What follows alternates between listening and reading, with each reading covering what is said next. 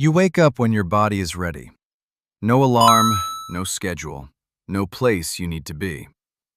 For almost all of human history, this wasn't a lazy Sunday. This was just life. Every single day. For 290,000 years. And here's what's wild. People weren't bored. They weren't restless. They weren't scrolling through nothing looking for something to do. They were completely content. So what were they actually doing all day? Here's the thing that surprises everyone. We assume ancient humans spent every waking hour fighting for survival. Hunting, running, starving. That's the image we grew up with. Turns out, it's almost completely wrong. In 1966, an anthropologist named Marshall Salins studied communities still living the ancient hunter-gatherer way. What he found shocked the academic world. These people worked 3 to 5 hours a day. That was it. Everything they needed, food, shelter, water, done in 3 to 5 hours. The rest of the day was completely theirs. He called them the original affluent society. Not because they had a lot of things, because they had the one thing we never seem to have enough of: time. So what did they do with it? Researchers studying the Hadza people of Tanzania found that adults spent around 6 hours every single day just being with other people. Talking, laughing, sitting together.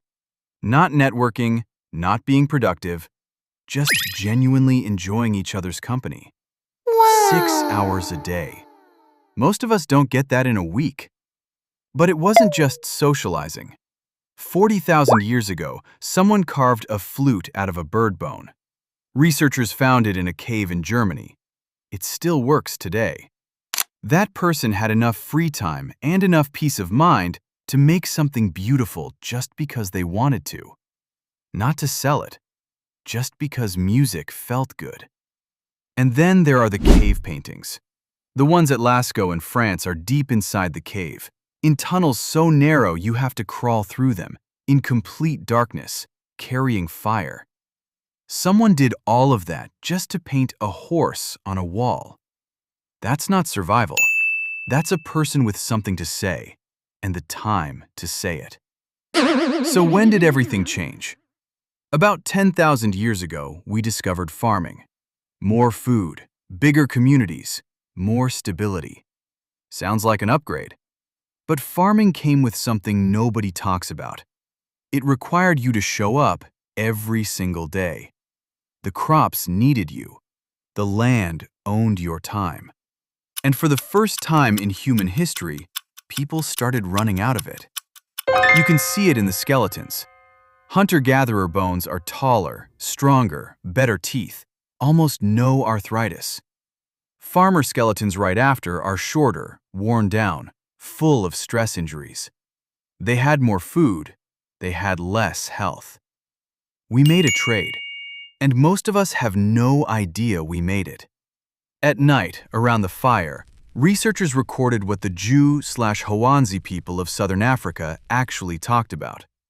During the day, food, plans, tools. But after dark, 80% of everything said was stories. Stories about people, animals, things that happened long ago.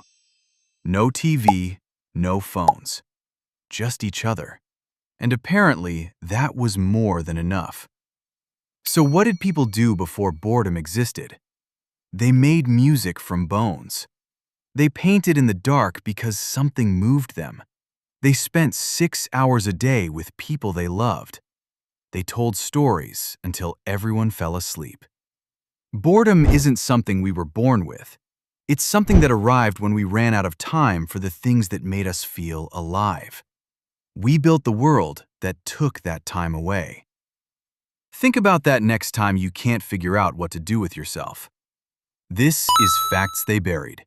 Every week, the things they forgot to teach you. Subscribe. The facts are buried. We dig them up.